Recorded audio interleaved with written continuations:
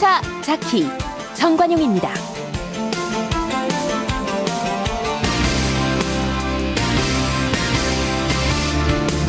여러분 안녕하십니까?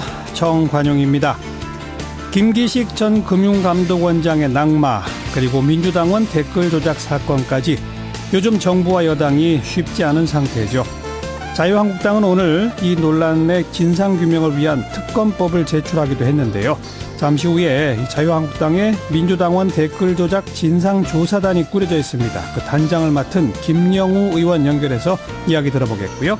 여당인 더불어민주당의 입장은 우원식 원내대표 연결해서 듣겠습니다. 7시 5분 시작되는 2부에서는요. 외신에 보도된 우리 모습 살펴보는 밖에서 본 한국, 외신이 주목하고 있는 한국의 재벌과 갑질 이야기 등 흥미로운 외신들 전해드리겠고요. 부산에서 기차 타고 베를린까지 갈 수 있는 세상을 만들기 위해서 우선 동해 북부선을 연결하자는 움직임이 시작되고 있는데요. 희망레일의 이철 이사장 초대해서 함께 이야기 듣겠습니다. 광고 듣고 출발하죠.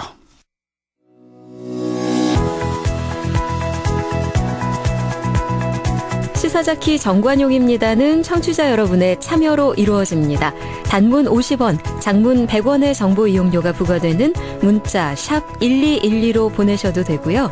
CBS 어플리케이션 레인보우로는 무료로 의견 남기실 수 있습니다. 아주 편리하게 방송을 다시 들으실 수도 있는데요. CBS 레인보우를 통해서도 가능하고요. 팟캐스트 그리고 팟빵을 통해서도 언제든 지난 방송 함께 하실 수 있습니다. 자유한국당 오늘 의원총회에서 이 댓글 조작 사건에 대한 특검법을 당론으로 정하고 지금 여당을 압박하고 나섰죠. 자, 자유한국당의 민주당원 댓글 조작 진상조사 단장을 맡은 김영우 의원을 연결합니다. 김 의원 안녕하세요. 예, 안녕하십니까. 자유한국당은 현재 상태에서 이번 사건의 성격을 어떻게 규정하고 계세요? 이 사건은 사실 뭐 복잡한 사건도 아닙니다. 예. 민주당원들에 의해서 저질러진 사건이고요. 또 민주당원들에 의해서 민주당을 위해서 이루어진 일이죠. 민주당원들에 의해서 이루어진 일. 그러니까 다시 말씀드리면 민주당원들이 민주당을 위해서 이런 일을 저지른 거죠.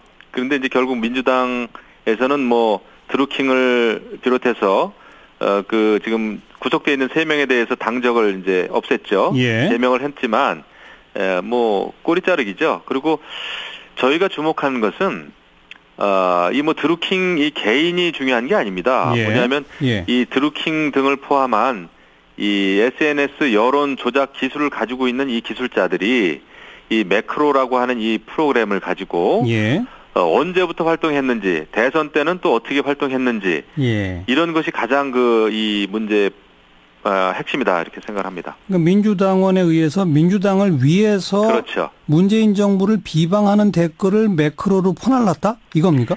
그거는 갈등을 일으키고 있는 상황에서 이제 올 초에 평창 동계 올림픽에서 드루킹 일당들이 가지고 있는 여러 가지 기술을 어떤 겁박을 하기 위해서 민주당을 겁박하기 위해서 했는지 모르겠지만은요. 중요한 것은 이런 민주당의 핵심 인물이 이런 드루킹과 오래전부터 관계를 맺어왔다는 것입니다. 그리고 이 드루킹이 이런 자기의 기술력을 대선 때 활용했는지 여부가 밝혀지는 것이 굉장히 중요하다.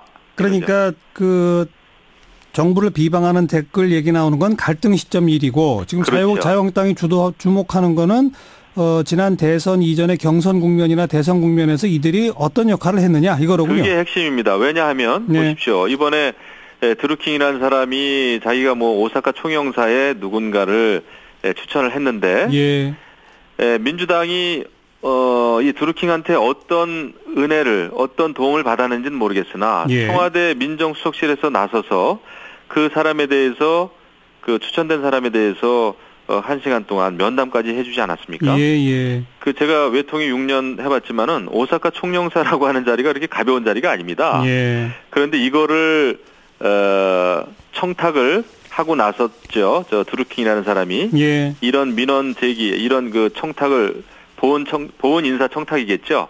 이런 걸 했을 경우에는 분명히 민주당이 커다란 도움을 받았다라고 예. 하는 합리적인 의심을 할 수가 있는 거죠. 경선과 대선 과정에 어떤 도움을 받았는지 또 그것이 당 핵심 인물들과 어떤 관련이 있는지 이게 주목지다. 그래서 저는 제목이 네. 이거는 대선 보훈 갈등 사건이다. 다른 말로 얘기하자면 예, 이런 예. 생각까지 들어요. 예, 대선 보훈 갈등. 네. 대선에서 분명히 이제 민주당이 또 문재인 후보가 캠프가 도움을 받았을 것인데 예. 그것을 처리하는 과정에서 이런 그 민원 청탁이 받아들여지지 않은 거죠. 예, 예. 뭐 드루킹이라는 사람이 여기에 불만을 가졌을 수는 있습니다. 하지만 문제의 포인트는 그것은 그거고 중요한 것은 이런 매크로 프로그램을 언제부터 활용을 했고 이것이 민주당에 어떤 도움을 줬느냐 예. 여부가 핵심이죠. 대선 과정이나 경선 과정에서 이들이 자발적으로 참여했다 손치더라도 매크로 프로그램을 그때부터 활용했다면 불법인 거죠. 그거는 심각한 거죠. 또 만약에 자발적으로 불법을 저질러도 불법 아닙니까? 예. 근데 매크로 프로그램은 활용하지 않고 이 사람들이 자기네 어떤 조직적인 걸 이용해서 자발적으로 뭐 문재인 후보 당선을 위해 돕겠다 해서 도왔으면 그것도 불법인가요? 정상적인 그러니까 어제 뭐 이제 김경수 의원도 온라인 상에서의 합법적인 활동과 그렇지 않은 활동을 정의까지 내렸더라고요. 근데 예, 예. 중요한 것은 지금 그것을 밝히기 위해서 철저한 수사가 필요한데 예. 워낙 지금 이제 김경수 의원도 그렇고요. 사실 핵심 인물 아닙니까? 그리고 또 민주당 다른 의원들이 어떻게 연루가 돼 있는지 여부를 밝혀내기 위해서는 그래서 이제 특검이 필요하다 이런 예. 얘기입니다. 그리고 제가 오늘 우리 진상 단원들하고 파주에 있는 느릅나무 출판사를 갔다 왔는데요. 네네. 아주 놀랍게도 거기에 그 컴퓨터하고 본체가 그대로 있더라고요. 예. 3대인지 4대인지. 예. 깜짝 놀랐습니다. 그래서 이게 의아스러운 게 아니 경찰이 압수수색을 했을 텐데 이 사람들은 긴급 체포해 가면서 예. 어떻게 그 컴퓨터는 놔두고 갔을까? 네, 이런 생각을 했어요. 뭐 하드 디스크만 떼서 가져갔을 수도 있죠. 모르겠습니다. 저희가 예, 알겠습니다. 담겨서 예, 저는 예. 좀 이해할 수가 없었습니다. 네. 예. 그러니까 지금 경찰, 검찰 믿을 수 없으니 곧바로 특검을 도입하자 이건 거죠. 네, 네, 그렇습니다. 그리고 김경수 의원은 경남지사 불출마해야 한다 맞습니까? 저는 뭐 제가 그 얘기를 직접 한 적은 없지만 지금으로서는 이것이 드루킹이 이제 저지른 여러 가지 일들, 그 다음에 또 이제 김경수 의원과 관계를 맺어온 일, 이 등등으로 봐서 지금, 아주 그 화제의 초점인데요. 뉴스의 초점인데, 예. 경남 도민들을 위해서도 그렇고, 지금 그냥 또 아무런 일 없다는 듯이 만약에 출마를 한다면, 예. 상당히 좀 도민들에게는 누를 끼치는 게 아닌가 이런 생각은 제가 좀 해봅니다. 민주당이나 또 김경수 의원의 입장은 이건 선거 때면 의뢰 뭐 파워블로그 이런 사람들이 후보 돕겠다고 하면 만나고 이런 게 당연한 거 아니냐. 그러다가 부당한 청탁을 하길래 일부 전달도 했지만 이 실현되지 못한 것이다. 이게 사태의 본질이고 자신들도 피해자다. 이런 주장을 펴면서 이런 피해를 입은 우리한테 불출마까지 주장하는 것은 과도하게 이걸 선거에 이용하는 야당의 잘못된 행동이다라고 비판하는데 어떻게 생각하세요? 저는 그 민주당의 피해자 코스프레라고 봅니다. 민주당원들이 저지른 일이고요. 또 민주당에 갓 가입한 사람들이 아니고 수년 전부터 그 당비까지 냈던 권리 당원들이 매크로라고 하는 어떤 그 거대한 민주주의 근간을 무너뜨릴 수 있는 민심을 왜곡시킬 수 있는 그런 여론 조작을 할 수 있는 능력을 가진 사람들이 예. 저질렀던 일이고 예. 또 이것에 대해서 보훈 인사 청탁 요구까지 했고 민주당한테 근데 이것을 민주당이 그냥 우리도 피해자다? 그것을 받아들일 국민들이 좀 있을까요? 이것은 네. 오히려 실패한 자작극이 아닐까 이런 생각을 하는 거죠. 실패한 자작극이라면 누가 자작극을 했다는 거죠? 민주당원들이 저지른 일이죠. 그런데 민주당이 결국은 고소를 또 고발을 하지 않았습니까? 예. 그런데 이 SNS 불법 조직을 하는 사람들이 또 많이 있을 수 있죠, 가능성이. 예. 근데 뭐 점조직으로 했는지는 모르겠습니다만은 이것이 실질적으로 민주당원들이 이렇게 했다라는 것을 몰랐을 수도 있고요.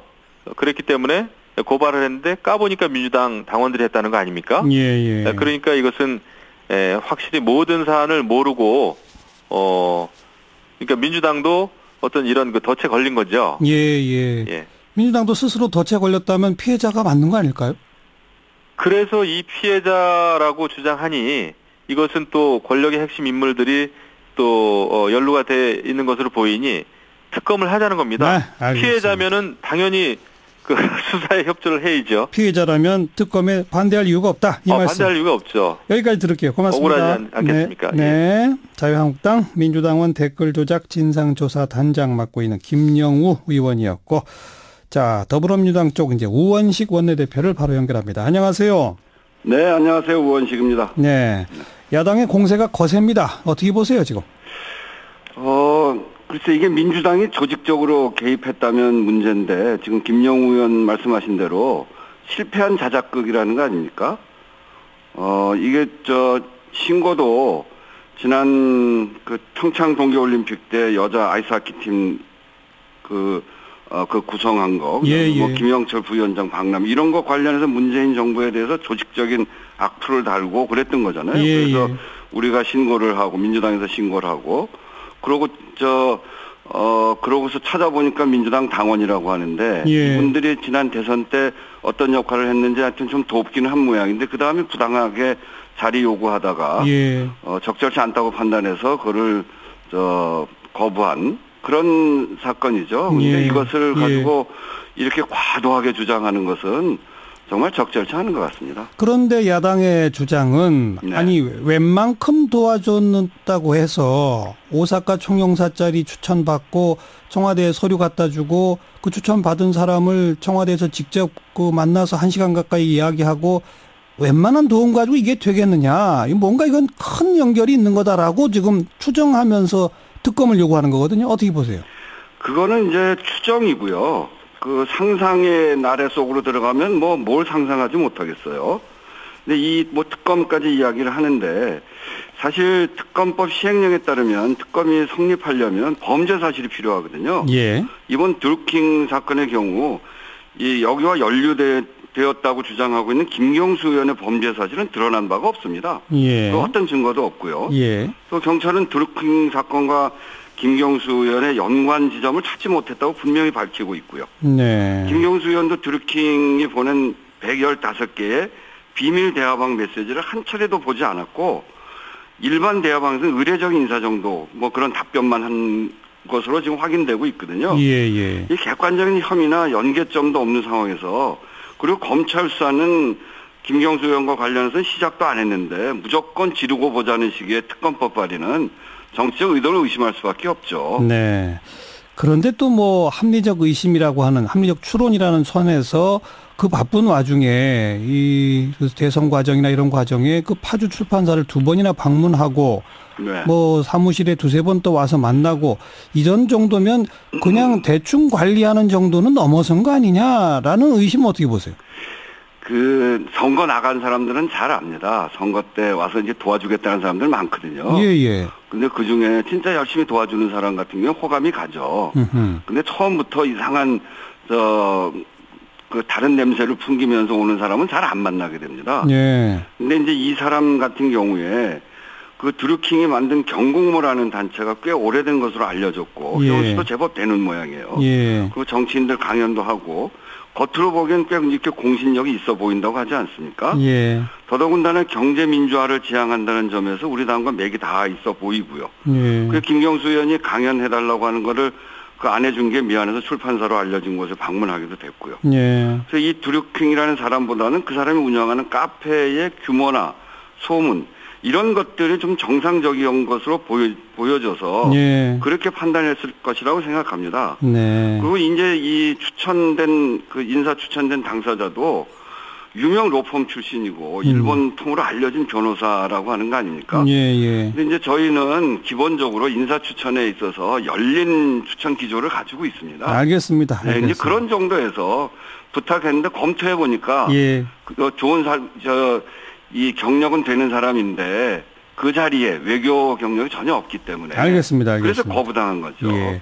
자, 지금 이제 조금 아까 김영우 의원도 그런 주장을 폈는데 민주당은 스스로 피해자라고 주장한다면 특검을 마다할 이유가 없지 않겠느냐. 이런 주장을 펴고요. 또 그냥 이 정치권에서는 어차피 이 사안의 성격상 경찰 수사 거치고 검찰 수사가 끝나도 야당은 공세를 멈추지 않을 거다. 그러니 아예 그냥 특검을 조기에 딱 받아버리는 게 여당 입장에서도 더 속 편한 거 아니냐라는 주장도 있습니다. 어떻게 보세요? 아까도 말씀드렸듯이 특검법 시행령에 따르면 요건이 있습니다. 특검을 하는 요건이. 아하. 특검이 성립되기 위해서는 이 드루킹 말고요. 이게 민주당과 닿아 있다거나 정부 핵심과 닿아 있어서 어떤 범죄 사실이 드러나야 됩니다. 예. 그런데 지금 김경수 의원 관련해서 범죄 사실이 드러난 게 전혀 없어요. 증거도 없고요. 예. 그런 상태에서 경찰 조사를 이제 지금 그런 기초 조사를 하고 있고 드루킹 조사는 상당히 됐습니다만 예. 이 연결된 고리에라고 하는 야당이 주장하는 김경수 의원과의 어떤 범죄적 연결고리는 드러나 있지 않은 상태고 검찰 조사도 안 되고 있는 예. 그런 상태인데 특검만 하자고 하는 거는 그거는 무책임한 그리고 한 건씩 지방선거 때 타격을 주기 위한 예. 그런 정치 공세라고밖에 볼 수가 없습니다. 그러니까 이건 법률 요건상 안 맞는다 이 말씀이군요. 네, 안 맞습니다. 네. 그나저나 우원식 원내대표는 지금 이 건으로 발목이 묶여서 국회가 아유 그 가동 중단 상태에 대해서 한 말씀 하셨던데 어떻게 네. 해야 될까요? 정말 제가 오늘 아침에 그랬는데 제발 일 좀 합시다. 그 말씀입니다. 네. 이게 벌써 제가 1년 지금 이제 11개월째 원내대표를 하고 있죠. 네. 문재인 정부 들어서서 처음부터 시작해서 11개월 된 건데요. 네. 그동안 자유한국당이 국회 보이콧을 한 게 이번까지 해서 7번째입니다. 네. 국회 그 기간에 국회를 5번을 국회를 5번을 열었는데 보이콧을 7번을 했어요. 아하. 얼마나 습관성 보이콧입니까? 그래서 정작 해야 될 민생 법안 이번에도 걸려있는 민생 법안들이 많아요. 예. 요번에 국회를 안 하면 6월달 지방선거하죠. 그리고 나면 후반기 원구성을 해야 됩니다. 그렇죠. 그리고 이게 굉장히 지금 빡빡한 이 여야의 숫자가 비슷하기 때문에 알겠습니다. 어려워서 9월까지 안 되거든요. 예. 인생 법안이라도 처리하고 특히 개헌과 관련해서 예. 국민투표법을 내일 모레 20일까지 처리하지 못하면 개헌을 할 수가 없습니다. 예. 그런데 저러고만 있으니까 정말 답답한 노릇이죠. 여기까지 들을게요. 고맙습니다. 네, 감사합니다. 더불어민주당 우원식 원내대표였습니다. 윤태곤의 뉴스 사이다. 윤태곤 실장 어서 오십시오. 네, 안녕하세요. 방금도 이제 여야 양쪽 목소리 들었는데 예. 이게 선거에도 영향을 미치겠죠? 그렇죠. 지금 방금 우원식 원내대표 말씀 잘 들었는데 지금 여권을 보면은 당청 관계 추가 확실히 청와대 쪽으로 많이 기울어져 있어요. 네. 지지율이 제일 큰 원인이겠는데 당이 이제 독자적 목소리를 낼 의지는 잘 모르겠는데 드러나는 게 잘 안 보이거든요. 아직까지는 없죠. 네, 그럼 청와대 인식을 살펴봐야 되겠죠. 근데 청와대는 뭐 김기식 원장 건 같은 경우에도 민정수석 책임 없다 이렇게 딱 유축했죠. 오늘 청와대 고위 관계자 이야기를 한번 들어보죠. 김기식 전 원장 건에 대해서 검증 절차와 관련해 민정수석실이 책임져야 할 일이라고 생각하지 않는다. 그 후원금 문제는 검증 설문에 해당 항목이 없었고 김 원장도 그 사안을 신고하지 않았기 때문에 문제가 없다고 생각할 수밖에 없다. 아예 그러니까 검증 대상이 아니었다는 거죠. 그 설문 항목에 그렇죠. 빠져 있다는 거예요. 자기들이 만든 검증 설문에 그 문제가 없다는 게 왜 책임이 없다는 걸로 연계되는지 저는 개인적으로 이해가 안 됩니다만은 예. 청와대 인식은 그래요. 예. 우리가 낸 시험 문제 이게 없는 바뀌니까 출제자의 책임이 없다 이런 건데 그리고 이 고위 관계자는 이 댓글 조작 사건에 대해 가지고는 오히려 우리가 피해자다. 대통령의 최측근이 인사를 추천했는데 청와대가 걸러낸 것은 칭찬감이다. 이렇게 말을 했어요. 우리가 피해자고 인사 걸른 건 칭찬감이고 네. 야당하고는 인식 차이가 너무 크네요. 그렇죠. 인사 실패는 책임이 없고 드루킹 사건은 뭐 청와대가 지금 직접 책임질 일은 아니지만은 칭찬받을 일이라고 했는데 제 생각에는 청와대가 실제로 이렇게 생각한다기보다는요. 정면 돌파 전략으로 강수를 두는 걸로 보는 게 맞는 것 같아요. 정면 돌파. 예. 계속 이렇게 가겠다. 그렇죠. 정치 일정을 이제 보면은 선거전이 이제 점점 본격화되는 거 아니겠습니까? 예. 그 와중에 이제 27일에 남북 정상회담 있고 또 다음 달에는 대통령이 발의한 개헌안에 대한 국회 표결이 있어요. 이런 상황에서 애초에도 여야가 개헌 합의를 이끌어낼 가능성이 원래도 낮았는데 더 낮아지는 거 아니겠습니까? 특단의 모멘텀이 없는 한 이 강대강으로 갈 거예요. 강대강으로 가고 네. 또 지금 청와대 입장에서는 벌써 다음 주로 다가온 남북 정상회담의 성과 이런 게 있으면 또 여론 반전이 가능하다. 그렇죠. 정상회담이 제가 볼 때 남북 정상회담은 괜찮게 될 것 같습니다. 지금 북측의 이제 분위기로 볼 때도요. 예. 그런데 이게 이런 면이 있거든요. 상당 부분 지지율이 반영이 돼 있는 것이고 새로운 뉴스가 아니라는 거예요. 예. 그리고 어느 정도일지 모르겠지만 국내 갈등이 심화되는 것이 정상회담에 좋은 영향을 미칠 가능성이 없지 않습니까? 네. 안 좋으면 안 좋죠. 네. 어느 정도 안 좋으냐가 문제인 거고. 근데 아무튼 야당은 지금 김기식 원장 낙마시켰고 게다가 또 이른바 이 댓글 조작 논란이 네. 일면서 기세를 올리는 그런 분위기예요. 그렇죠. 구심이 생겼지 않습니까? 그리고 이 사안은 뭐 경우에 따라서 야당이 좀 과한 것도 보이는데 과거에 있었던 뭐 덮어놓고 색깔론, 사회주의 헌법 뭐 이런 공격하고는 좀 거리가 좀 있는 거 아니겠습니까? 예. 그렇다 보니까 양쪽 다 강대강이다 이렇게 그렇죠. 분석하신 건데 예.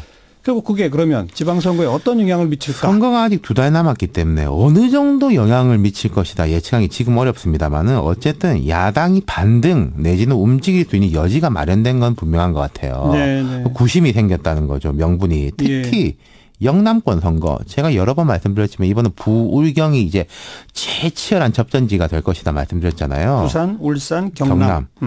그중에 경남지사 선거에 영향이 있을 겁니다. 또 김경수 의원이 지금 경남지사 후보. 예, 당사 자격이고 네. 또 자유한국당의 김태호 후보가 이분이 이제 객관적 경쟁력이 뭐 서울의 김문수, 충남의 이인재 이런 분들하고는 좀 차이가 있거든요. 높은 쪽으로. 네. 또 한 가지 포인트가 또 있어요. 또 어떤 거요? 야당의 연대 가능성이 높아질 겁니다. 기세가 오르면 연대 가능성은 그렇죠. 커진다. 지금 여당에 맞서야 된다 이런 명분을 만들어낼 수 있는 거 아니겠습니까? 예. 당장 특검법 같은 거 공동보조 취하겠죠. 지금 분위기 괜찮지 않습니까? 야당끼리는 이 부분에 대해 가지고 정의당 빼고요. 예. 그럼 자연스럽게 연대 수위를 높여갈 가능성이 있다는 거죠. 실제 후보 단일화 이런 건 좀 지켜봐야 되겠지만은 요약하자면은 선거가 이제 판대가 이제 완전히 뒤집힌다 이런 말씀은 못 드리겠는데 네. 압도적으로 예상됐던 판세가 좀 이제 출렁거릴 수 있다. 야당이 좀 기세를 높여갈 수 있는 모멘텀은 마련됐다. 이렇게 볼 수 있겠습니다. 그리고 기본 프레임은 내로남불식의 어떤 프레임. 그렇죠. 당신들이 옛날에는 우리 보고 이렇게 공격해놓고 이런 거에 대해 가지고는 말이 없냐 이런 거죠. 네, 알겠고요. 네. 경남지사 자유한국당 후보인 김태호 후보는 내일 저희 시사자키에서 인터뷰가 예정돼 있으니까 목소리를 또 직접 들어보도록 하겠습니다. 수고하셨어요. 감사합니다. 윤태권 실장이었습니다. 당신의 머릿속 그 멋진 이미지 머릿속에만 담아두기 아깝지 않나요? 레드 프린팅에선 어떤 이미지라도 다양한 형태로 단 한 장이라도 제작해드립니다. 상상이 현실이 됩니다. 레드 프린팅. 50년 전 철은 도전이었습니다. 기술도 자본도 없었지만 함께 대한민국을 만들었습니다. 이제 포스코는 철강의 한계를 넘어 새로운 꿈을 꿉니다. 100년의 새 꿈, 세상을 더 넓게. Unlimit the limit. POSCO. 안녕하세요. 지진입니다.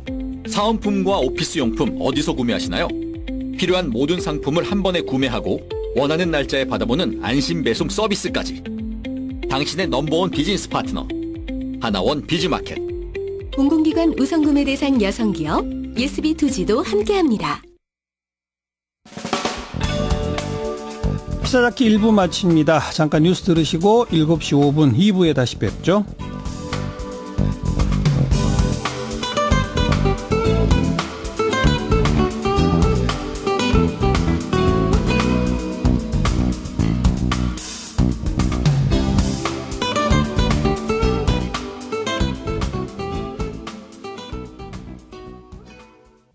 CBS 1분 기상정보입니다. 내일도 낮과 밤의 기온차 큰 날씨 속에 아침에는 서늘하지만 낮에는 오늘만큼 포근할 것으로 예상되고 있는데요. 내일도 오늘과 거의 비슷한 수온주를 보이겠습니다. 서울 지역의 경우는 아침 최저 기온 7도로 시작해서 한낮 기온은 20도까지 오르겠는데요. 그 밖의 지역 아침 기온은 영상 10도를 밑돌겠고 낮에는 대부분 20도를 넘어서면서 따뜻한 오후가 예상됩니다. 참고로 주말로 갈수록 기온은 조금 더 높아질 것으로 보이는데요. 서울의 낮 기온은 24도까지 오를 가능성이 있겠습니다. 오늘 밤은 남부지방을 중심으로 내일은 수도권과 강원 영서, 충청권과 호남권을 중심으로 오전에 나쁨 수준의 미세먼지 농도가 나타날 수 있기 때문에 야외 활동에 참고를 하셔야겠는데요. 고기압의 영향권에서 오늘 밤과 내일 사이에 날씨는 맑을 것으로 보입니다. 1분 기상정보 포스코와 함께합니다.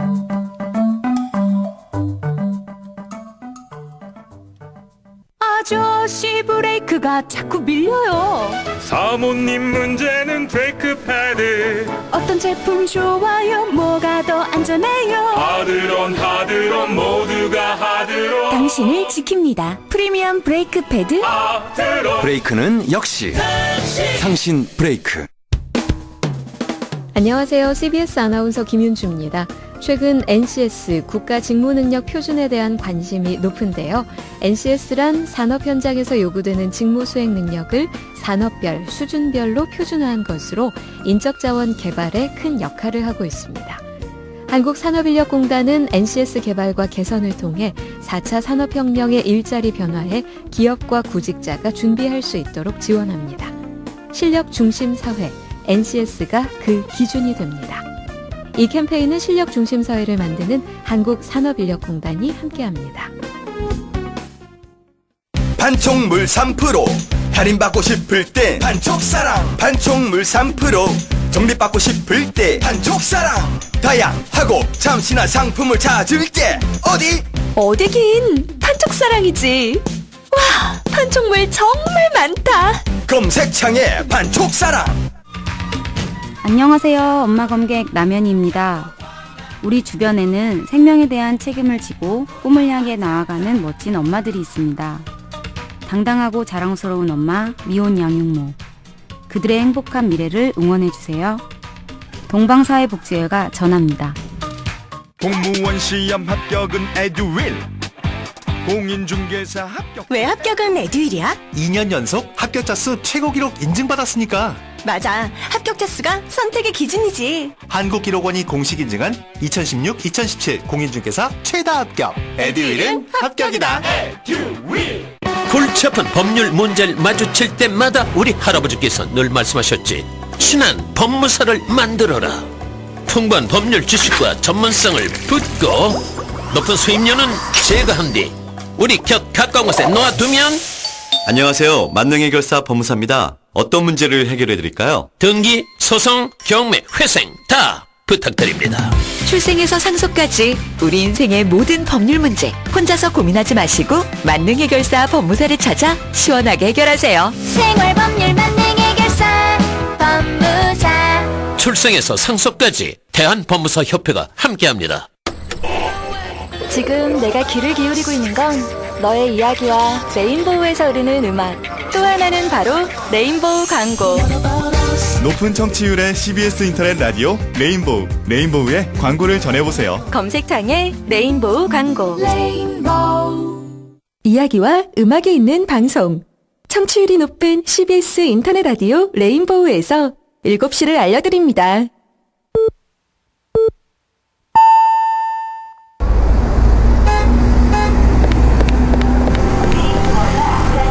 퇴근길에 만나는 알찬 뉴스 정보, 한림국제대학원대학교 정관용 교수가 진행하는 시사자키 정관용입니다. 시사자키 2부 화제가 된 뜬 뉴스들부터 정리합니다. CBS 김효은 기자 어서 오세요. 네, 안녕하세요. 첫 소식이요? 네, 카페 가서 음료 주문 안 하고 매장에 앉아있기만 하면 눈치 보이잖아요. 그리고 카페 주인 입장에서도 당연히 달갑지 않겠죠. 예. 근데 그렇다고 국내에서 이게 현행범으로 체포된다? 이런 경우는 사실 없었거든요. 그렇죠. 네, 그런데 미국 스타벅스에서 흑인 손님들이 체포되는 사건이 벌어져서 논란이 일었습니다. 예. 그리고 결국 스타벅스 최고 경영자가 피해자에게 직접 사과하기로 했습니다. 이게 며칠 전 일이고 인종차별 논란으로 시끄러웠던 그거잖아요? 네, 맞습니다. 사건은 일단 이렇습니다. 현지 시간으로 12일 미국 펜실베이니아주 필라델피아 시내에 있는 스타벅스 매장에서 경찰관 6명이 갑자기 출동을 했습니다. 그래서 흑인 남성 2명에게 수갑을 채워서 연행을 했는데요. 예. 그렇다면 왜 연행을 했냐. 이 음료를 주문하지 않고 매장에 그냥 앉아 있었다는 이유만으로 스타벅스 매장 직원이 경찰에 신고를 한 겁니다. 예. 그래서 흑인 남성들은 그런데 당시 흑인 남성들이 백인 부동산 업자를 기다리고 있었는데 뒤늦게 이 남성이 이제 현장에 도착을 했습니다. 그래서 이 흑인 남성들이 왜 나가야 하느냐. 이건 완전한 차별이다. 이렇게 항의를 했지만 아무런 소용이 없었고요. 예. 그리고 옆에 있던 여성 고객도 내가 봤는데 이 사람들 아무 짓도 안 했다. 이렇게 말했지만 역시나 소용이 없었습니다. 허허. 그래서 당시 이제 주변 손님들이 이 체포 장면을 휴대폰으로 촬영을 했고 소셜 미디어에 올리면서 여기저기서 사람들이 많이 봤는데요. 조회수 수백만 회를 이제 기록을 했습니다. 예. 이제 문제가 커지니까 흑인 남성들 바로 풀려났지만 인종차별 논란은 점점 커졌습니다. 해당 매장 앞에서 불매운동을 벌이거나 1인 시위를 하는 주민들도 있었고요. 일부 고객 같은 경우는 일부러 주문을 하지 않고 매장에 우두커니 앉아있는 퍼포먼스를 벌이기까지 네. 했습니다. 결국 그러다 보니까 스타벅스의 CEO가 피해자를 직접 만나서 사과한다 이거죠? 네, 그렇습니다. CEO 케빈 존슨이 미국 방송에 나와서 부끄러운 일이다. 재발 방지 대책 마련하겠다. 이렇게 사과를 했습니다. 그리고 직접 피해자들을 만나서 유감을 표명하겠다. 이렇게도 밝혔고요. 예. 그런데 사실 이게 매장의 문제뿐만이 아니라 이제 경찰의 대응 방식도 좀 문제가 될 소지가 있는데요. 그렇죠. 경찰이 밝힌 바에 따르면 15분 동안이나 이 흑인들을 설득했다. 그리고 화장실 사용 문제를 놓고 흑인 남성들과 직원 사이에 실랑이가 있었다. 이렇게 밝히고 또 뭐 해명을 하긴 했지만 과잉 대응, 과잉 체포에 대한 사과는 없었습니다. 글쎄요. 그러니까 뒤늦게 기다리고 있던 백인 남성이 와서 항의까지 했다지 않습니까? 일단 뭐 초반에는 오해가 있었을지 모르지만 거기서 잘 대처를 했어야 되는데 거기에 대해서는 경찰도 지금 사과가 없다. 네. 이건 문제네요. 다음 뉴스요. 네, 검찰 내 성폭력 피해 사실을 폭로했던 서지영 검사가 한국 여성 지도자상을 수상했습니다. 한국 여성 지도자상. 네. 어디서 주는 상입니까? 그 한국 YWCA 연합회가 제정한 상인데요. 네. 그 한국 여성 지도자상 안에 젊은 지도자상이라고 있습니다. 이 상을 수상을 했고 서 검사의 용기 있는 폭로 이후에 국내 미투 운동이 본격적으로 전개됐다고 해도 과언이 아닐 텐데요. 그렇죠. 네, 서 검사가 오늘 시상식에 참석하는 대신에 서면으로 수상 소감을 밝혔습니다. 미투 운동의 의의를 강조한 부분이 좀 눈길을 끌었는데요. 미투 운동은 공격적인 폭로가 아니라 공감과 연대의 운동이라고 생각한다. 이렇게 밝혔습니다. 예. 그러면서 또 2차 가해 행태를 비판하기도 했습니다. 그날 이후 수많은 이야기가 들려온다. 참고 또 참던 피해자가 목소리를 내는 순간 가해자가, 조직이, 사회가 부인과 비난, 은폐와 보복을 시작한다. 이렇게 꼬집었습니다. 네. 미투 운동 사실 미국에서 촉발됐잖아요. 네. 미국의 기자들도 이번에 무슨 상 받았다면서요? 네, 맞습니다. 미국 일간지 뉴욕타임스 기자들과 잡지 더 뉴요커의 필진 로난 페로우가 미국 저널리즘에서 가장 권위 있는 상인 퓰리처상을 수상했습니다. 퓰리처상? 예. 그 공익 기여도가 가장 큰 공공 부문상을 수상을 했는데요. 예. 뉴욕타임스와 더 뉴요커는 지난해 10월에 할리우드 영화 제작자 하비 와인스타인이 30여 년 동안 여배우들과 회사 여직원들을 상대로 성폭력을 저지른 사실을 폭로를 했었습니다. 맞아요. 예. 그래서 퓰리처상 이 선정 이유에 대해서 퓰리처상 위원회는 강력하고 부유한 포식자들을 폭로했다. 폭발적이고 영향력 있는 저널리즘이었다. 이렇게 평가했습니다. 네. 수상 소식 다 축하하고요. 다음 소식.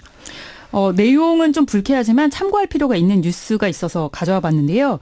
지하철 몰래카메라 범죄 정말 심각하지 않습니까? 예. 어제 오늘 일이 아닌데요. 지난해 몰카 신고가 가장 많이 접수된 역의 이름이 공개됐습니다. 어디가 1등입니까? 네, 2호선 홍대 입구역입니다. 하하. 무려 83건이었습니다. 네. 서울교통공사가 지난해 서울 지하철 경찰대에 접수된 1호선에서 8호선 몰카 신고 건수를 취합한 결과를 오늘 공개했는데요. 일단 홍대 입구역이 왜 유난히 몰카 신고가 많았을까? 공사 측이 분석을 해봤더니 일단 유동인구가 많고 젊은 층이 많이 방문하는 것과 연관이 있지 않겠느냐 이렇게 분석을 했습니다. 예. 그리고 홍대 입구역 다음으로 신고가 많은 곳이 고속터미널역이었습니다. 51건이었고요. 강남역 그리고 서울역이 각각 45건으로 공동 3위를 기록했습니다. 예. 그리고 지난해 지하철 몰카 신고 전체 건수는 643건이었습니다. 2016년에 비해서 56건 늘어난 건데요. 2015년에 비해서는 200여 건 줄어든 수치라고 합니다. 2015년이 더 심했긴 했군요. 네. 아무튼 사람이 많이 몰리는 역들이 주로 1, 2, 3, 4등이네요. 조심해야죠. 수고하셨습니다. 네, 감사합니다. 김효은 기자였습니다.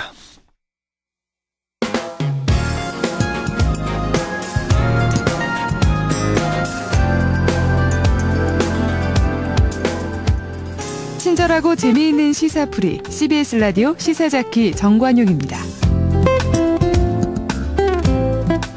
외신에 보도된 우리 모습 살펴보는 밖에서 본 한국 코너입니다. 국제문제평론가 인문결 연구소의 임상훈 소장 어서 오십시오. 네, 안녕하십니까? 프랑스 다녀오셨다고요? 네. 2주 자리를 비우셨습니다.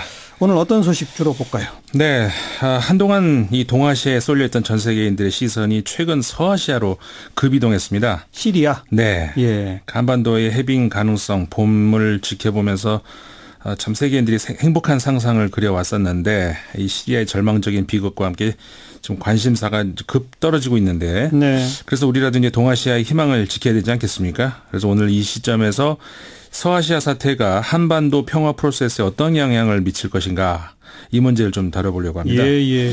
전 세계인들도 우리와 비슷한 우려를 했는데 외신들 시리아 사태와 한반도의 역학관계에 많은 관심을 보여줬던 한 주였습니다. 주로 어떤 전망을 내놓습니까? 외신들도 아주 상당히 신중한 접근을 했습니다.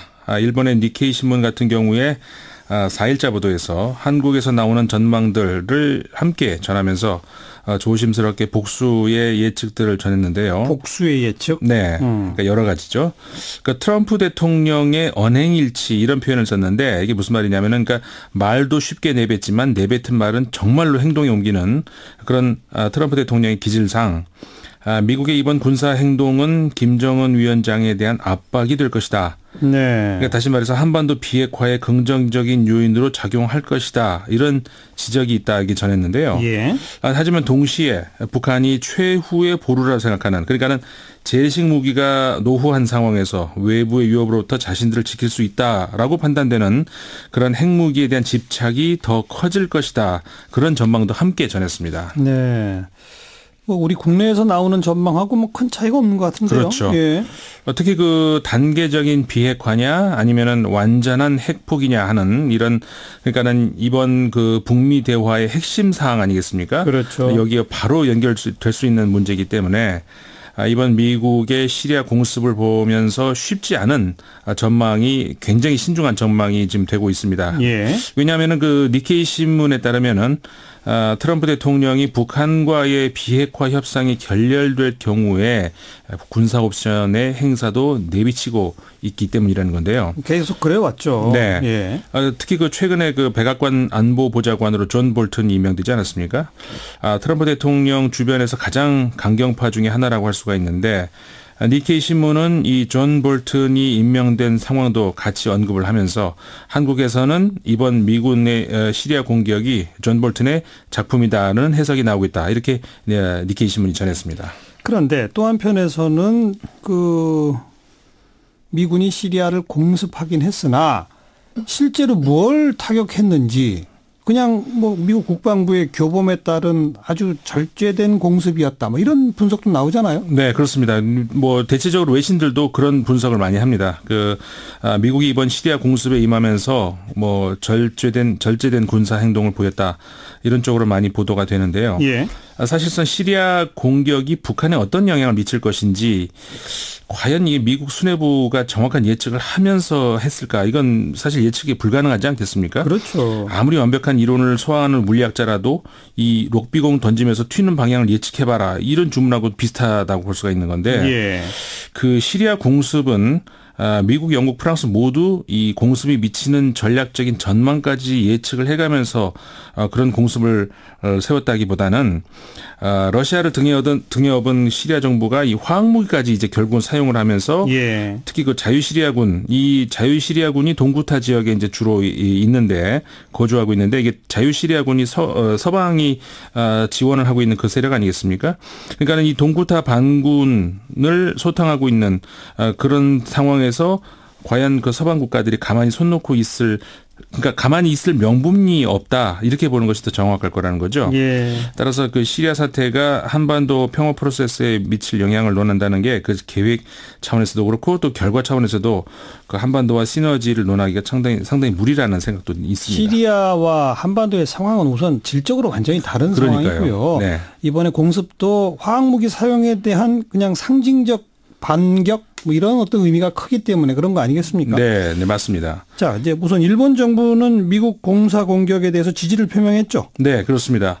일본 언론들이 그 일제히 이 아베 총리의 미국 의 군사 행동 지지 표명 여기에 대해서 이제 보도를 했는데 그 NHK TV가 14일 인터넷 보도를 통해서 아베 총리가 화학무기의 확산 사용은 절대 허용하지 않는다 이렇게 말을 한 것을 전하면서 예. 그 화학무기 사용에 대해서 책임 있는 국가로서 이 책임 있는 자세에 대한 입장 표명 그러니까 그 이상의 의미 이거는 어떻게 보면은 굉장히 우리가 예측할 수 있는 그런 그 지지의 표명 아니겠습니까? 예, 예. 그런 정도까지 했고 그런가 하면은 요미우리 신문은 15일자 보도에서요.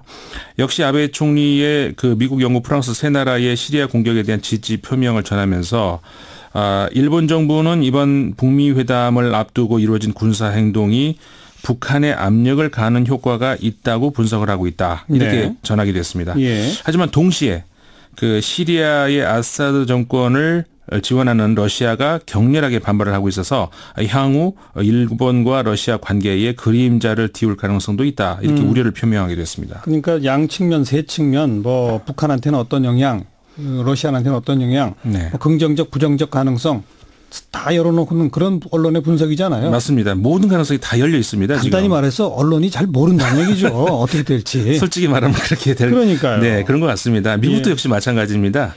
그 CNN 방송은 시리아가 북한의 동맹국이라고 암시를 하면서 핵 억지력을 잃었을 때 외국의 공격에 노출되기 쉬워져서 북한이 반면 교사로 그 핵 필요성을 다시 강조할 수 있다. 뭐 이런 등등 전하면서 그러니까 말씀하셨습니다마는 시리아 사태가 어떤 결과를 야기할지에 대해서는 사실상 명확한 판단이 어렵다. 이런 사실을 모든 언론들이 인정을 하고 있습니다. 예. 그 홍콩 경우도 말씀을 드리자면은 문외보 그 15일자 보도에서 북한과의 협상을 앞두고 있는 미국이 이번 시리아 공격으로 김정은의 경계심을 고조해서 그 북미 대화에 불리하게 작용할 수 있다 이런 전망을 이제 반대 전망을 또 실기도 했고요.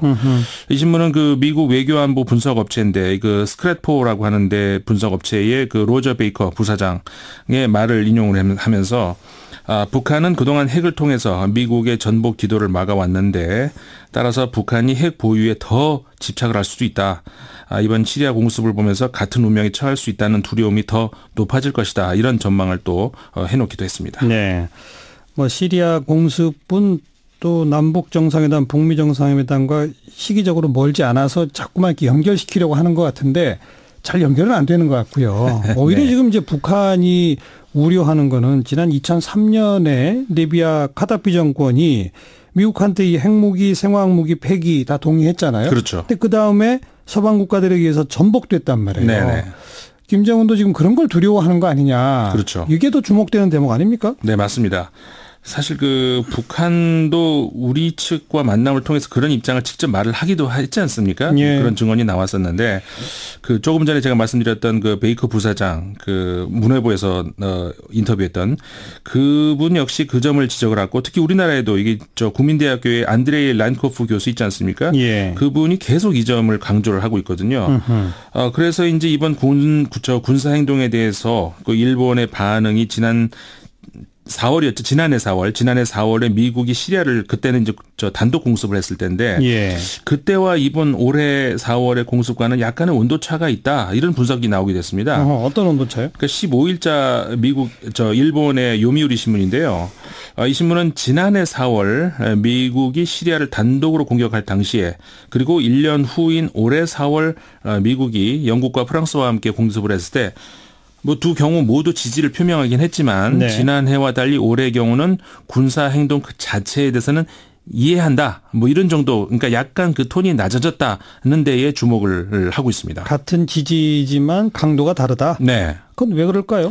그러니까는 그 지난해에 미국의 단독 공격 당시에는 그 북한 문제가 연동이 안 됐었다는 거죠. 아하. 근데 이제 미국 이 올해 같은 경우에는 그러니까 작년 같은 경우에는 전폭적인 지지를 할 수 있었지만은 예. 이번 경우에는 한반도 문제, 이 동북아 문제 이런 것들이 아주 미세하게 연결이 그 결부가 되어 있기 때문에 예. 일본 입장에서는 그 수위 조절을 한 것 아니냐. 특히 또 일본 입장에서는 그 북한과의 관계 문제뿐만 아니라 러시아와의 관계 그 영토 문제 있지 않습니까? 그 북방에. 예. 그러니까 그런 현안 문제가 있기 때문에 러시아가 극렬하게 반대하고 있는 올해 4월, 그러니까 지난 그 4월 공습 여기에 대해서는 러시아에 대한 배려 또한 생각하지 않을 수 없다. 예, 이런 거죠. 예. 그래서 이제 아직까지 그 특히 그 정황 의혹 이 정도 단계지 시리아의 아사드 정권이 직접 화학 무기를 사용했다는 확증은 아직 안 나오지 않았습니까? 네. 그러면서 이제 또 그 유엔 안보리 결의에 근거하지 않은 공격이었던 것도 물론 사실이고, 근데 그러니까 이런 데에 일본 그 정부 입장에서는 약간 더 작년보다는 방점이 찍혀 있다는 겁니다. 그렇군요. 그래서 이 신문은 이번 공격에 대해서 미국과 대립하고 있는 러시아를 배려했다는 실제 일본 정부 관계자의 말을 인용을 하기도 했는데요. 네. 그리고 또 이번 시리아 문제가 북미 회담에 대해서는 그의 영향력이 제한적이다. 뭐 이런 분석도 나왔습니다. 그러니까 일본의 마인지 신문의 경우인데 이 신문은 15일자 보도에서 북한의 김정은 위원장과 시리아의 아사드 대통령은 서로 뭐 기념일 때 축전도 주고받는 그런 관계이고 또 이제 화학 무기 제조와 관련해서 협력 관계가 있다고 볼 수는 있지만 북한이 자국 언론을 통해서 남북회담과 그 북미 대화에 대해서 굉장히 뭐랄까 그 현명한 지도에 의한 대외 정책의 훌륭한 결실 이렇게 평하지 않았습니까? 예. 김정은 위원장에 대해서 공식화하고 있죠. 그렇게 해서. 네. 예. 그래서 이 시리아 문제 때문에 이 동북아 문제를 관련해서 자세를 바꿀 가능성은 글쎄요 낮다 이렇게 이제 분석을 하고 있다는 거죠. 그게 맞죠. 예. 예. 뭐 근데 이 신문도 역시 마찬가지입니다. 역시 그 반대의 가능성도 조심스럽게. 그러니까는 북한이 자세를 좀 더 움츠리는 효과가 될 수도 있다. 그러니까 모든 언론들이 거의 100%가 확신을 가지고 한 가지를 이제 예측을 하는 것이 아니라 알겠습니다. 모든 것은 다 보고 있습니다. 그러니까 시리아와 동북아 완전히 질적으로 다르다. 네. 그러나 지금 미묘한 시기이기 때문에 영향이 완전 없다고 말하기는 어렵다. 네, 그렇습니다. 대략 그 정도군요. 네. 자, 또 다른 주목할 만한 외신은요? 국내 소식 몇 가지 전해드리겠습니다. 뉴욕타임스가요, 새로운 신조어, 사실 우리한테는 신조어가 아니죠, 를 소개를 했는데 한국말로 번역하지 않고 바로 사용한 거죠. 지난 13일자 기사에서 이거 대한항공 조혜민 전무의 이른바 갑질 논란 관련 보도를 하면서 이 갑질이라는 표현을 한국말로 그대로 소개를 했습니다. 갑질을 영어로 썼다고요? 그러니까? 네, GAPJIL.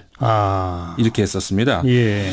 이 신문은 그 재벌이라 불리는 한국 특유의 대기업들이 가족 대물림을 하면서 마치 법 위에 있는 듯, 그러니까 행동으로 과거의 그 영주처럼 이 부하 직원이나 하도급업자를 다루는 행위를 뜻한다 하면서 이제 갑질이라고 설명을 하고 있는 거죠. 아니 재벌이라고 하는 그것도 CHAE 뭐 BOL인가 아무튼 그렇게 그렇죠. 되는 맞습니다. 그 재벌이라는 단어도 영어로 그냥 쓰잖아요. 요새는 맞습니다. 거의. 네. 그거는 재벌이라고 그대로 옮겨야만 될 만큼 한국에만 특별한 그런 현상이기 때문에 그런 거잖아요. 네네. 갑질이 제2의 그런 신조어에 올랐다? 그러니까 그런 우려가 사실 되고 있습니다. 아유, 부끄럽네요. 예, 그 재벌이라는 표현이 그 말씀하셨습니다만은 이제 외신들이 다 그대로 쓰고 있거든요. 예. 사실 이게 80년대 처음 영어 사전에 등재가 됐습니다. 그래서 이제 90년대 들어오면서 외신이 계속 쓰고 있는 건데 뭐 더 부정적인 의미로 새로운 용어가 외신에 등장한 셈이 된 거죠. 예.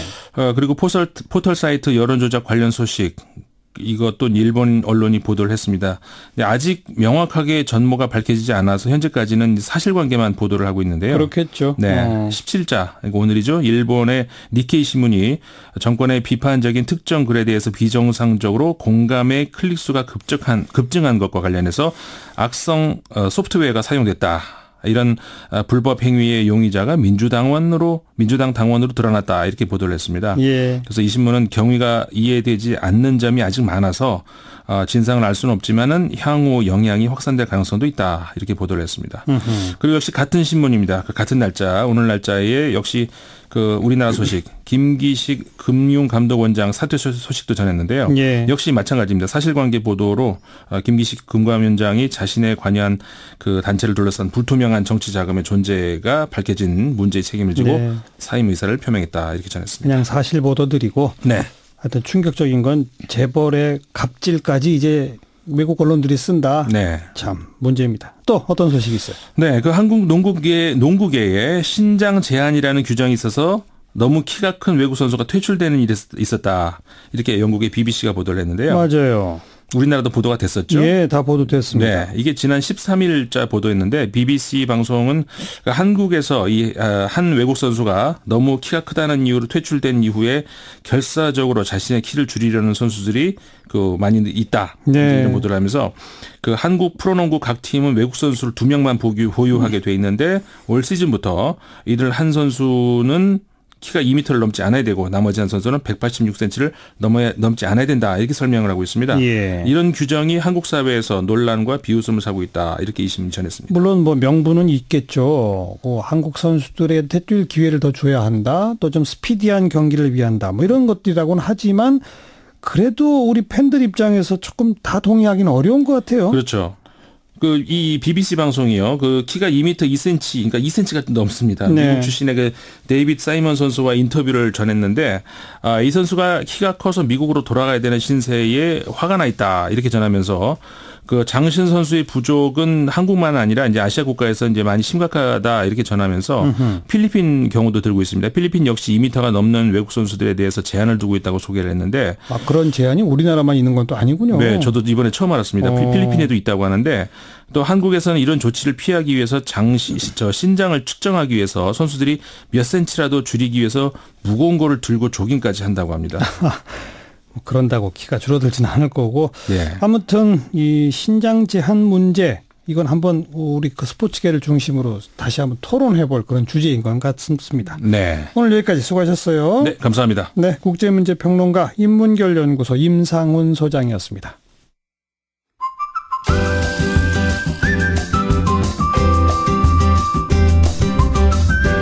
지금 여러분께서는 한림국제대학원대학교 정관용 교수가 진행하는 CBS 라디오 시사자키 정관용입니다를 듣고 계십니다.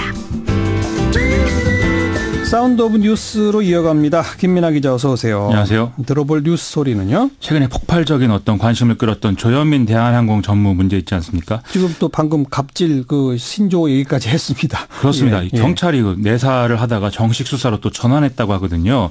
그래서 이제 관련 소리를 함께 좀 들어보시겠습니다.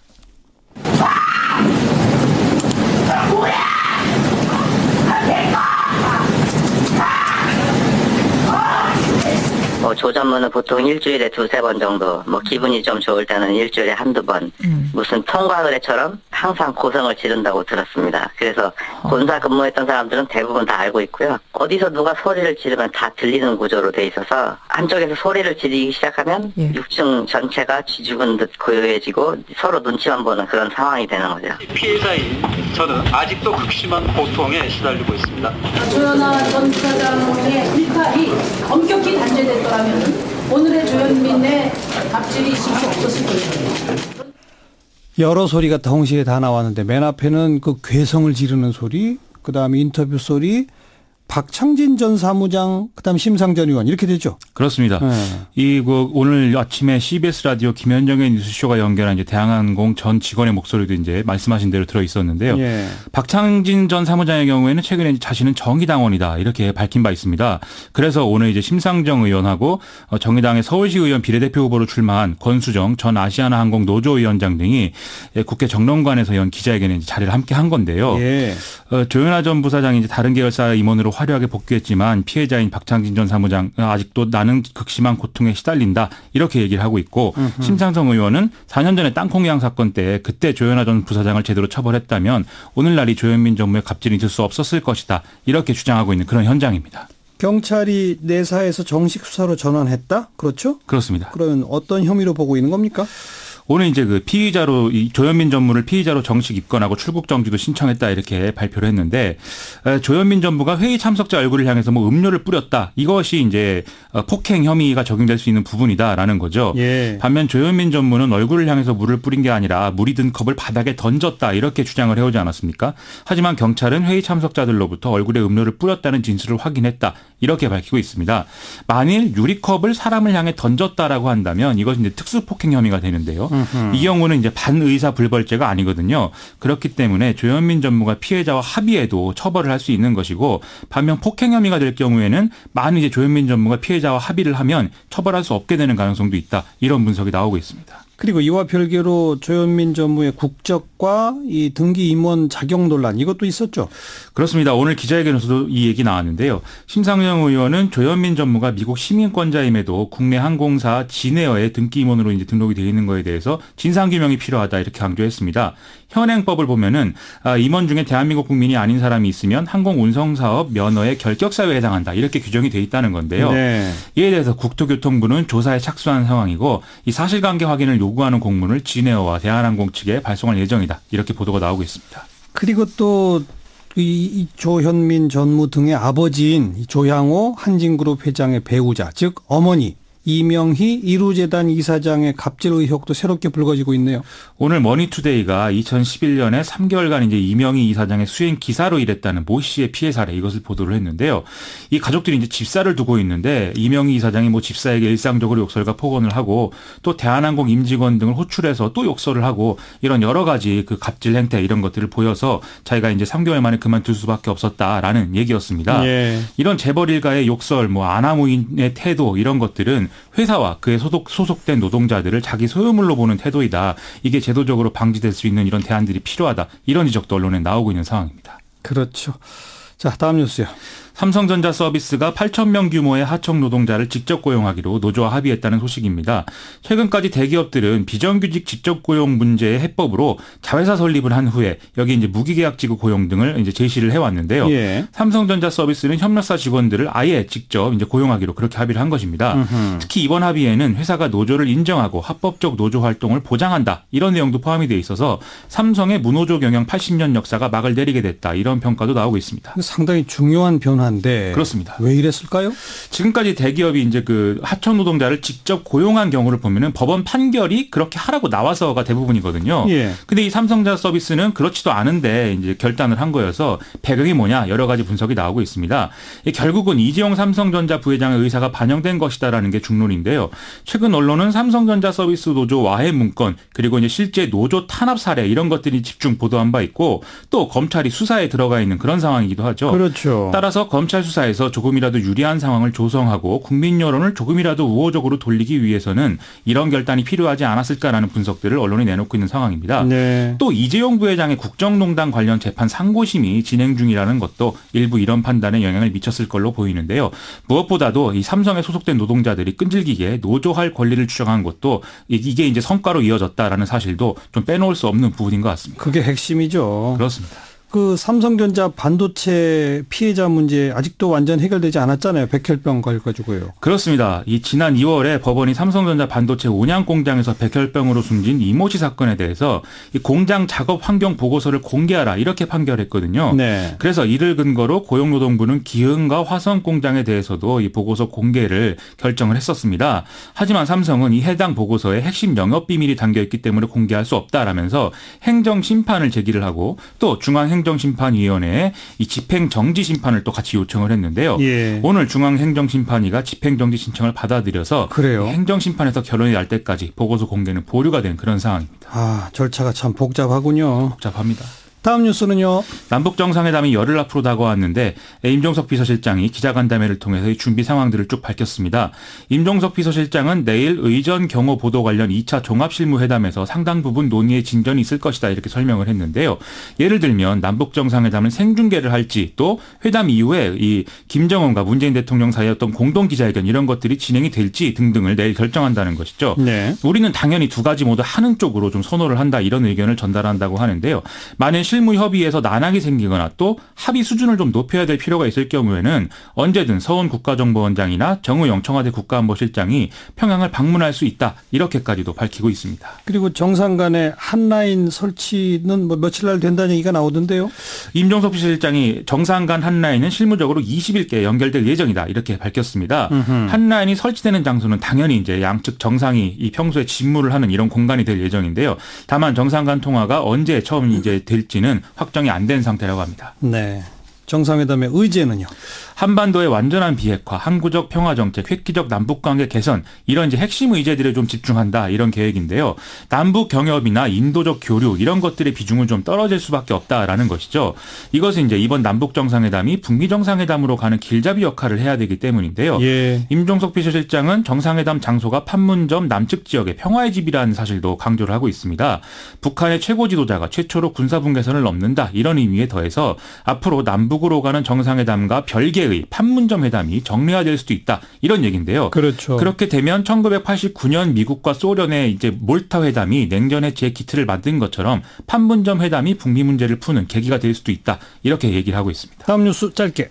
정부가 0세에서 5세까지 아동 252만 명 중 95% 이상인 240여만 명에게 9월부터 매월 10만 원씩 아동 수당을 주기로 했다는 것입니다. 예. 이것은 이제 2인 이상 전체 가구의 90% 이하에만 지급하도록 야당이 요구해서 아동수당법이 제정된 데 따른 것인데요. 그렇죠. 보건복지부 발표를 보면 소득 인정의 3인 가구 기준 1,170만 원 이하인 경우에 이것을 신청해서 받을 수 있다라고 하고요. 기준은 내년에 다시 정할 예정이라고 합니다. 네.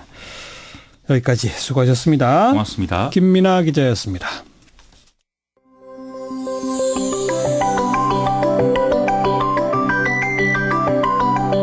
지금 여러분께서는 한림국제대학원 대학교 정관용 교수가 진행하는 시사자키 정관용입니다를 듣고 계십니다. 서울역에서 영국 런던 가는 기차표를 사고 열차를 타고 런던까지 간다. 이게 믿어지십니까? 우리가 분단되기 전에는 항상 그렇게 다녔다고 합니다.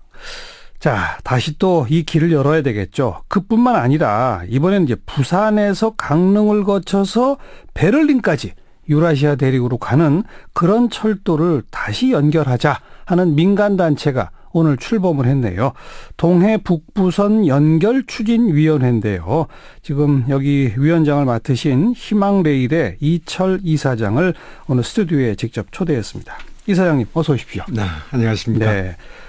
동해 북부선이라고 하는 그 이름이 딱 있네요. 네, 네. 그게 어디서 어디까지가 동해 북부선이에요? 예, 구체적으로 말씀드리면 강릉역의 북쪽 편입니다. 그러니까 강릉부터 제진이라고 예. 2007년도에 금강산까지 연결하는 철도 그 시험 운행을 했던 적이 있는데요. 예, 예. 그럴 때 남북 철도가 연결은 됐습니다만도 예. 유감스럽게도 그 남쪽 구간이 제진부터 강릉까지가 사실은 선이 애당초 없었습니다. 원래 없어요? 예. 일제 때 그걸 계획만 했다가 해방되면서 오히려 거기에 확보돼 있던 땅까지 좀 정부에서 팔아먹었다고 할까요? 그래요? 그렇게 참 신경을 못 썼는데 그러다 보니까 남북 간의 철도 연결을 하자고 2000년도에 남북 그 합의가 있었죠. 정상회담 이후에 뭐 몇 번 추진되다가 또 중단됐다 또 추진됐다 그랬죠. 네, 그렇게 합의가 됐다가 경의선과 동해선을 연결해서 동시에 하자 그랬었죠. 동시에 시험 운행을 했습니다. 그 2007년도 제가 철도공사 사장을 재직할 때 그럴 때 타고 시험 운행에 참가를 했는데 그때 경의선은 사실은 물리적으로 다 연결되어 있습니다. 원래 철도가 쭉 있었었고. 예, 있었고 시험 운행도 했고. 다시 복원시켜서 시험 운행하고. 그 이후에 화물열차를 쭉 운행을 했고요. 1년 만에 중단됐습니다만. 동해선은 사실은 비무장지대 동해안 바로 옆에 있는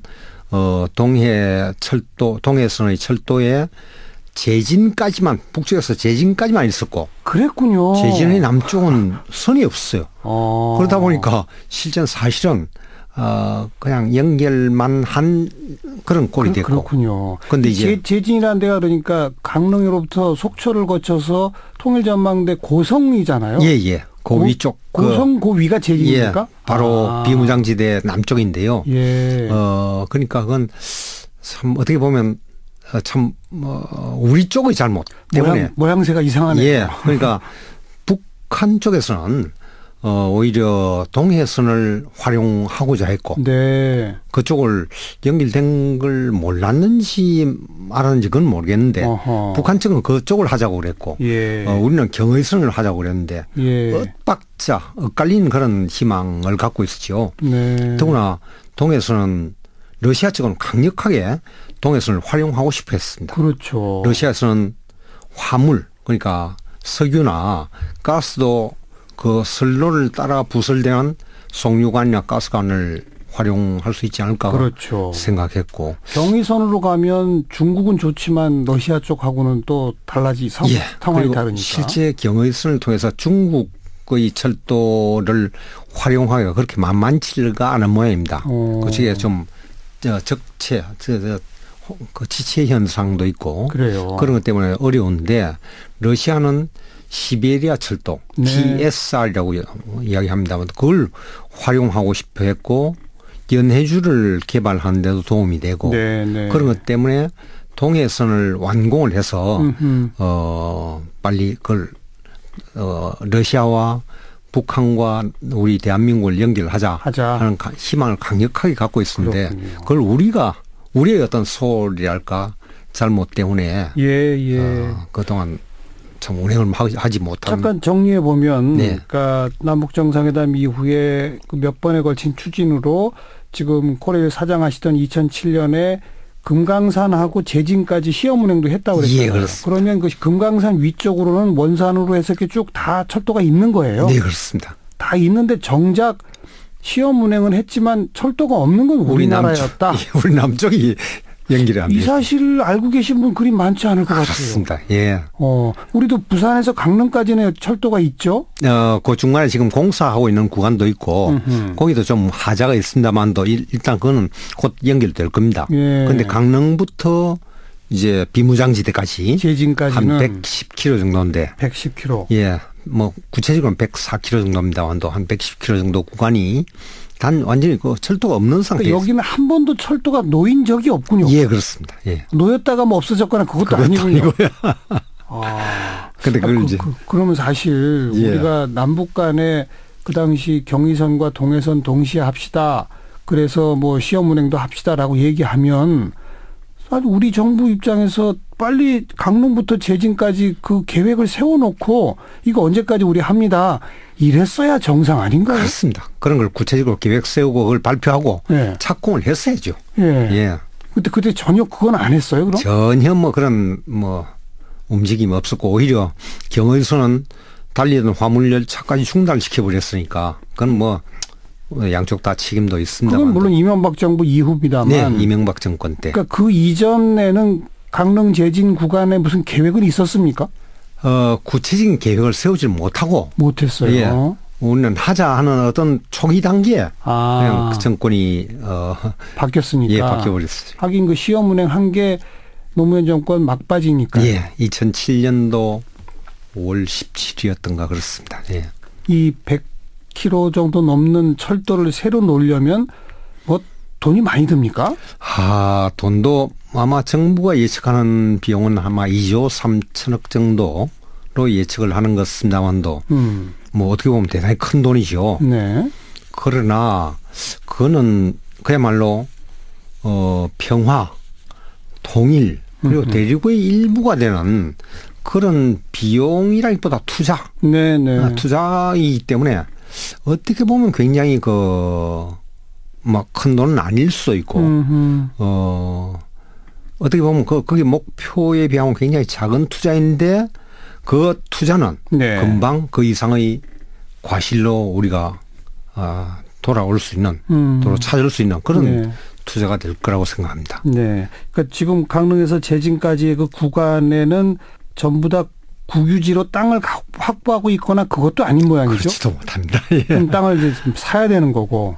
그중에 아마 일부는 사야 되고 그런 걸 다 포함해서 대략 한 2조 이상이 돈이 든다. 예. 그리고 뭐 기반 조성하고 철도 놓고 이제 이걸 해야 되는 거죠. 예.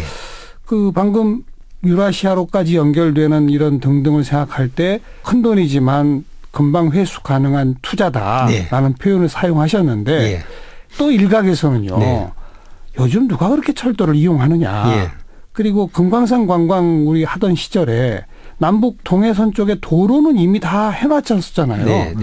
그냥 도로를 통하면 되지. 굳이 철도를 뭐 기존에 없던 철도인데 있던 철도를 끊어진 걸 연결한다는 건 뭐 모르겠지만 이런 반론도 있거든요. 예, 그렇습니다. 예, 어떻게 생각하세요? 일반인들 저도 철도 업무를 시작하기 전까지는 일반인이 생각하듯이 이 철도 그 낡은 걸 옛날 방식 아니냐 하는 거부감 같은 것도 있습니다. 근데 막상 건설에 돈이 많이 들잖아요. 예, 그렇습니다. 시간도 많이 들고. 그런데 막상 철도에 가보니까 철도와 일반 다른 대중교통 수단하고는 너무나 차이가 많다 하는 걸 느꼈습니다. 좀 더 구체적으로 말씀드리면 보통 그 장거리 교통수단으로는 배와 항공을 생각을 하죠. 배, 비행기, 그리고 철도.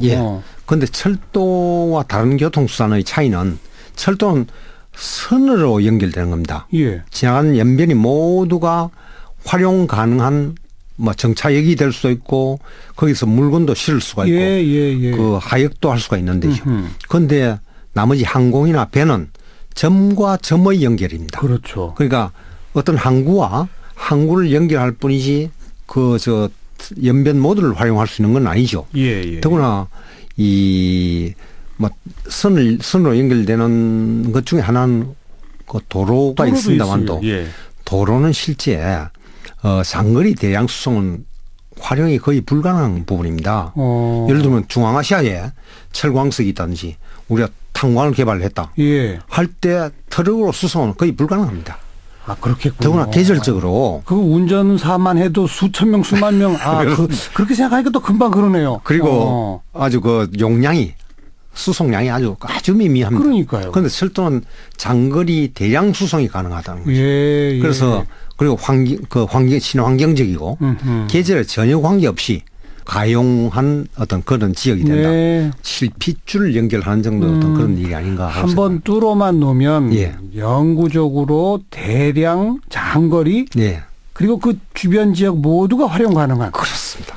그럼 이제 부산에서 강릉 거쳐 원산 거쳐 블라디보스톡 거쳐 시베리아 횡단 철도 타고 유럽으로 가고 그 사이사이 어디서든지 물동량이 막 할 수 있는. 그렇습니다. 그 부가가치라는 건 추정이 어렵겠군요. 경제적으로는 이루 말할 수 없는 그런 이득을 우리한테 가져다 주는 겁니다. 이처럼 중요한 사업, 이제 문재인 정부 남북관계로 뚫리고 하니까 정부가 나서서 해야 되는데 이걸 왜 민간단체로 오늘 출범시키셨어요? 정부한테 맡겨놓으면 정부는 참 눈치를 많이 보고 절차를 따라야 할 절차들이 참 많습니다. 난관도 참 많죠. 그런데 민간이 나서 갖고 그걸 선도를 해주면 나머지는 정부가 물론 해야 되죠. 그런데 이제 그런 분위기를 만들어주면 정부는 오히려 뒤따라오는 그런 절차로서 우리가 민간이 나서 그 분위기를 만들고 국민 운동을 벌여주자 그런 취지입니다. 그래서 구체적으로 이 동해북부선 연결 추진위원회의 제 1번 사업은 뭡니까? 우선 모금입니다. 모금? 그 침목에 들어가는 침목 하나당 한 10만 원 정도의 돈이 들어갑니다. 철도 그 밑에 깔리는 침목 한 개에 10만 원이에요? 실제는 뭐 그것보다는 조금 작습니다만도 운송비나 뭐 부설비나 이런 것까지 다 포함하면 그 10만 원씩 모금을 해서 예를 들면 저 철도는 우리 초등학교, 중학교 다니는 우리 후손들이 쓸 그런 그 통로니까. 당연하죠. 우리 학생들한테 내 아들의 이름으로 부모들이 하나씩 기증하는 그런 운동을 벌였으면 어떨까 하는 생각도 갖고 그건 있습니다. 실제 그 침목에 이름을 새겨줍니까? 그렇습니다. 예. 그래서 그게 철도 밑에 깔리는 거고. 예. 날짜와 그 우리 자녀들의 이름을 기록을 한다면 얼마나 자랑스러운 그런 유산이 되겠습니까? 그 침목과 침목 사이가 보통 한 1m? 1m 안 됩니다. 더 촘촘해요? 예, 더 촘촘하게. 그럼 100km 넘으려면 이게 상당량이 필요하죠. 예, 굉장히 많은 18만 7천 개 정도의 침목이 들어간다고 계산되어 있습니다만 그런 침목들을 10만 원짜리 하나씩 기증하자 하는 운동을 벌려나가는 겁니다. 18만 7천 개? 예. 국민들 침목 1인당 1침목 사기 뭐 이런 거네요. 예, 그렇습니다. 기증하기. 예. 어찌 보면 우리 국민들이 자발적 돈으로 침목까지 마련했으니 정부 빨리 해라 이거군요. 그렇습니다. 국민들이 선도하는 이제는 국민이 만드는 정부, 국민을 만드는 철도, 국민이 만드는 평화, 그리고 국민의 어떤 통합과 통일을 만들자 하는 그런 운동이죠. 제 기억에 철도 세우는 공사에 국민 모금을 해본 기억은 전혀 없는데요. 과거에 좀 있습니다. 사실. 있었어요? 일반인들이 잘 모르시는 분들이 많을 텐데 2000년도에 경의선 복원할 때 침목 기증 운동이 있었는데 한번 했었군요. 그때 10,000명이 넘는 국민들이 참여를 하셨고 거기에 모두가 모든 침목에 전부 개개인의 이름들이 기증자 이름들이 기록이 돼 있습니다. 그래서 실제 지금 경의선 쪽에는 깔려 있군요. 예, 깔려 있습니다. 그러니까 경의선은 원래 다니던 철도인데 일부 구간이 이게 없었었잖아요. 그걸 이제 다시 놓는데 그것도 국민 성금으로 했군요. 그렇습니다. 그런 운동을 바탕으로 복원 운동을 벌렸고 거기에 마침내 철도 연계에 큰 힘이 됐던 거죠. 그 경의선 쪽은 지금 남북 관계가 좋아지면 즉시 또 다시 운행할 수 있는 바로 운행이 가능한 상태고 실제 북한 쪽에서는 경의선보다는 동해선을 더 원한다 하는. 하긴 제가 지금 자료를 봐도 그 김정일 위원장이 우리 쪽은 경의선 쪽에서 계속 이야기를 하는데 동해선과 함께하자. 그쪽이 제안해서 이게 시작됐던 거라고 들었습니다. 그렇습니다. 사실은 북한 내심으로는 동해 쪽을 먼저 활용을 하고 싶어하는 겁니다. 알겠습니다. 혹시 이런 사업 벌이면서 통일부나 뭐 정부하고 협의해 보셨을 거 아니에요? 그쪽 무슨 정부도 국민들이 나서준다면 자기들도 훨씬 더 힘이 된다.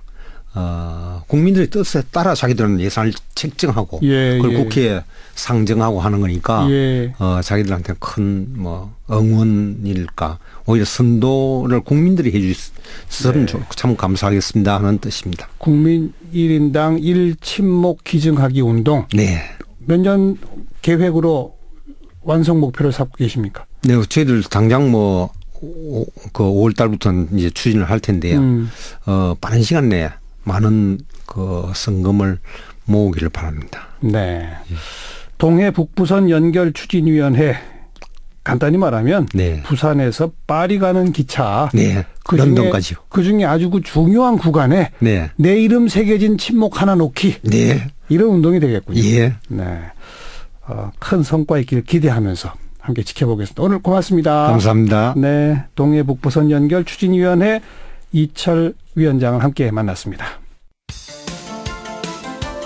시사잡기 오늘 여기까지입니다. 내일 다시 뵙죠. 안녕히 계십시오.